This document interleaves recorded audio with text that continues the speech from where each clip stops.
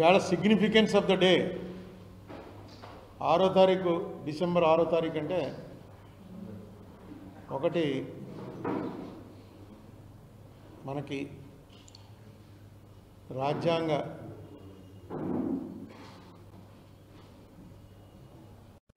పరిషత్ chairman drafting committee చైర్మన్గా ప్రపంచంలో అతిపెద్ద రాజ్యాంగాన్ని అందించినటువంటి డాక్టర్ బిఆర్ అంబేద్కర్ గారి పుణ్యతిథి వర్ధంతి ఈవేళ. ఆయన ఏదైతే దాదాపు 2 సంవత్సరాలు ఈ దేశంలో ఉన్నటువంటి మేధావులను ఎలక్టెడ్ రిప్రజెంటేటివ్స్ అందరూ కూర్చుని దాదాపు 2 సంవత్సరాల పాటు బాబు రాజేంద్ర ప్రసాద్ గారి అధ్యక్షతన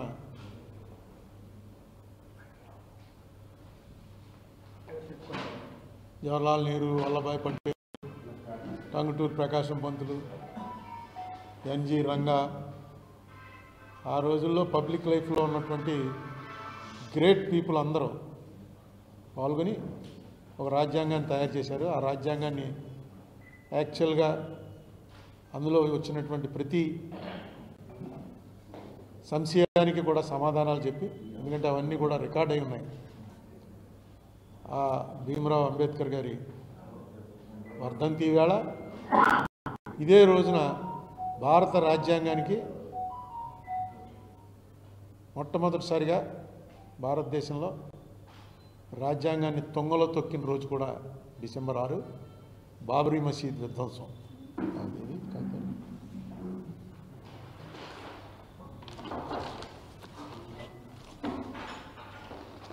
చరిత్రలో దీని మీద బాబ్రీ మసీద్ విధ్వంసం మీద ఏం జరిగింది అన్నది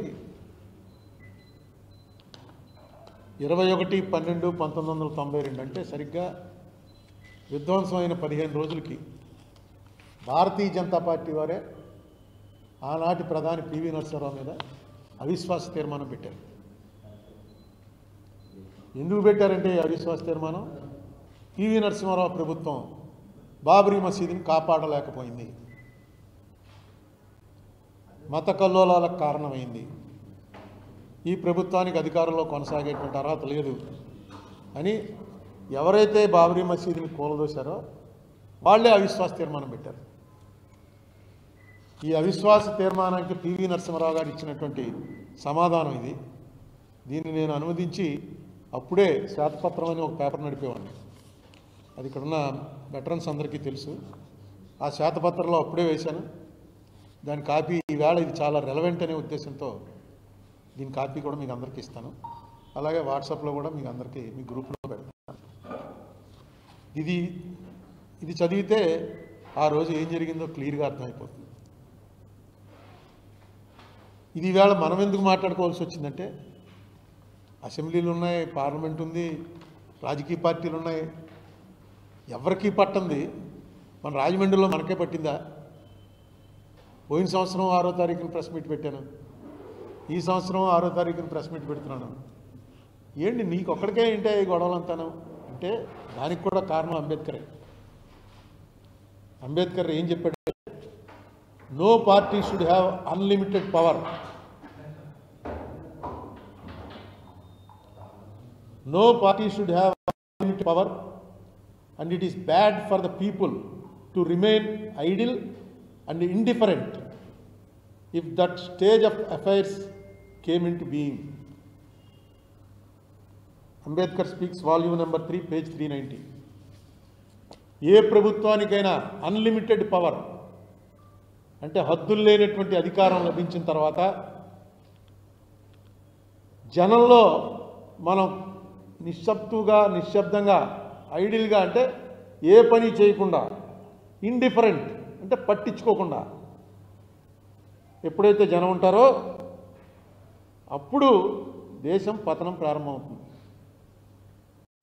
ఈవేళ మోడీ గారి పరిపాలనలో ఏ న్యూస్ పేపరు ఏమైనా వీటిలో వచ్చే పేపర్లో ఏదైనా వస్తుందేమో తప్ప అఫీషియల్గా మీరు న్యూస్ పేపర్ తీసుకుని పెట్టినటువంటి పేపర్ ఏది కూడా మోడీ గారి వ్యతిరేక వార్తలు రాయడానికి సిద్ధపట్టలేదు. ఏవో మన విశాలాంధ్రో లేకపోతే ప్రజాశక్తో పార్టీ పేపర్లు ఉన్నాయి, వాళ్ళు ఏమైనా రాస్తారేమో తప్ప మిగతా పేపర్లో అన్లెస్ డైరెక్ట్గా మేము మోడీకి వ్యతిరేకం అని అనుకునేటువంటి పేపర్లు తప్ప ఎవరు రాసే పరిస్థితులు లేరు, కంట్రోల్ అయిపోయారు. మన రాష్ట్రంలో అయితే రెండు పార్టీలు కంట్రోల్లోకి వెళ్ళిపోయాయి. ప్రధాన ప్రతిపక్షం అంతే, అధికార పక్షం అంతే, రెండు కంట్రోల్లోకి వెళ్ళిపోయాయి.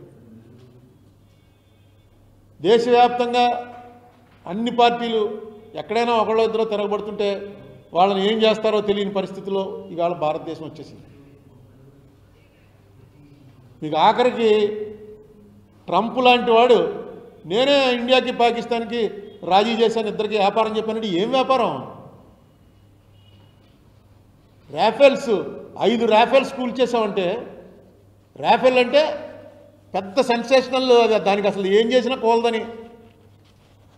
ఎందుకంటే అది కాంగ్రెస్ టైంలో జరిగినటువంటి అగ్రిమెంట్కి 5 రెట్లు ఎక్కువగా డబ్బు పెట్టుకున్నారు ఎన్డీఏ వచ్చాక, బీజేపీ వచ్చాక. కొని ఏం చెప్పారు, ఇది అసలు ఇక్కడి నుంచి దీన్ని ఎవడో ఏం చేయలేని వెళ్ళి కొట్టేసి వచ్చేటమే తప్పని 4, 5 కూల్చేసామని ప్రపంచవ్యాప్తంగా అందరితోటి చెప్తున్నారు వాళ్ళు. మన లోక్సభలో అడిగితే మినిస్టర్ గారు అంటారు పరీక్ష పాస్ అయ్యామా లేదా అని చూడాలి తప్ప పెన్సిల్ సరిగ్గా రాసిందా లేదా అన్నది కాదు, అది పక్కన పెట్టండి. ఎంతసేపు అదే చెప్తారంటే మనం పాకిస్తాన్లో ఇంతమందిని చంపేశాం, ఇంతమంది అండి టెర్రరిస్టులు కొట్టేశాం అని ఆయన సమాధానం చెప్తాడు. ఈ రాఫెల్ దీని మీద ఇప్పటికీ ట్రంప్ అంటాడు నేనే రాజీ చేశానంటాడు, నేనే ఇద్దరికి రాజీ చేశానని. మోడీ గారు ఏం మాట్లాడరు, గవర్నమెంట్ మాట్లాడదు, దాని మీద స్పందనే లేదు. ఈవేళ పుతిన్ గారితో మళ్ళీ కావలించుకుని ఫోటోలు చూసాం. ఈ పుతిన్కి మనకి రష్యాతోటి యుఎస్ఎస్ఆర్ ఉన్నప్పటి నుంచి ఇండియాతో సత్సంబంధాలు ఉన్నాయి. ఎప్పుడు మనం రష్యాతో సంబంధాలు చెడగొట్టుకోలేదు. చైనాతో కూడా ఇలాంటి సంబంధాలు గతంలో ఎప్పుడు లేవు. చైనాతో వార్ అయింది కానీ 64లో, ఆ వార్ పూర్తయిన తర్వాత ఇప్పుడు ఇలాంటి సంబంధాలు చైనాతో కూడా ఎప్పుడు లేవు. ఈవేళ భారతదేశానికి ప్రపంచవ్యాప్తంగా ఉన్న పెద్ద క్రెడిబిలిటీ ఏంటి? ఈ భారత ఉపఖండంలో అన్ని దేశాల్లోనూ డిస్టర్బెన్స్లు వచ్చాయి ఎక్సెప్ట్ ఇన్ ఇండియా. ఇంత పెద్ద దేశంలో ఇన్ని కులాలుండి, ఇన్ని మతాలుండి, ఇన్ని నాగరికతలుండి, ఇన్ని సంస్కృతులుండి, ఇన్ని భాషలుండి అసలు it will go to dogs అన్నాడు చర్చిల్. ఇండియాకి ఇండిపెండెన్స్ ఇస్తున్నాం అంటే India will go to dogs అన్నాడు. అటువంటిది అలా నిలబెట్టుకుంటూ వచ్చాం. దీనికి ప్రధానమైనటువంటిది ఏంటంటే ప్రపంచం అంతా మతాల పేరుతో కొట్టుకుంటున్నా, ఇండియాలో మాత్రం దాన్ని కంట్రోల్ చేసుకుంటూ ఎన్ని రెచ్చగొట్టినా కంట్రోల్ చేసుకుంటూ వచ్చాం. నిజంగా వాళ్ళు ఇది హిందూ దేశం కాబట్టి హిందువులే ఇక్కడ జనం, మిగతా వాళ్ళంతా సెకండ్ రేట్ సిటిజన్స్, ఇక్కడ ఉన్న ముస్లిమ్స్ క్రిస్టియన్స్ ఎవరు పనిచేయరు అనేటువంటిదే బీజేపీ వారు నిజంగా ఫాలో అయితే మొన్న ఎందుకు తీసుకొచ్చి సోషల్ కూర్చోబెట్టుకున్నారు పక్కన? మొత్తం మన యుద్ధం గురించి ఏం మాట్లాడుతున్నా ఓ పక్కన తీసుకొచ్చి సోఫియా ఖురేషీ అనేటువంటి ఒక ముస్లిం లేడీ, ఆవిడ కళ్ళల్లో ఏదో కొంచెం ఇంపార్టెంట్ పొజిషన్లో ఉంది, ఆవిడని తీసుకొచ్చి ఇంకెవరు లేరా? ఆవిడని ఎందుకు తెచ్చిపెట్టుకున్నారు పక్కన? ఎందుకంటే ప్రభుత్వానికి తెలుసు మన స్ట్రెంగ్తే ఇది. యావత్ ప్రపంచంలో భారతదేశానికి ఉన్న పెద్ద స్ట్రెంగ్త్ ఏంటంటే ఇక్కడ మతాల పేరు చెప్పి కొట్టుకోరు. దానికి కారణం హిందువులే. ఎస్, హిందువులే. ఎందుకంటే హిందువులది ఒక మతం కాదది.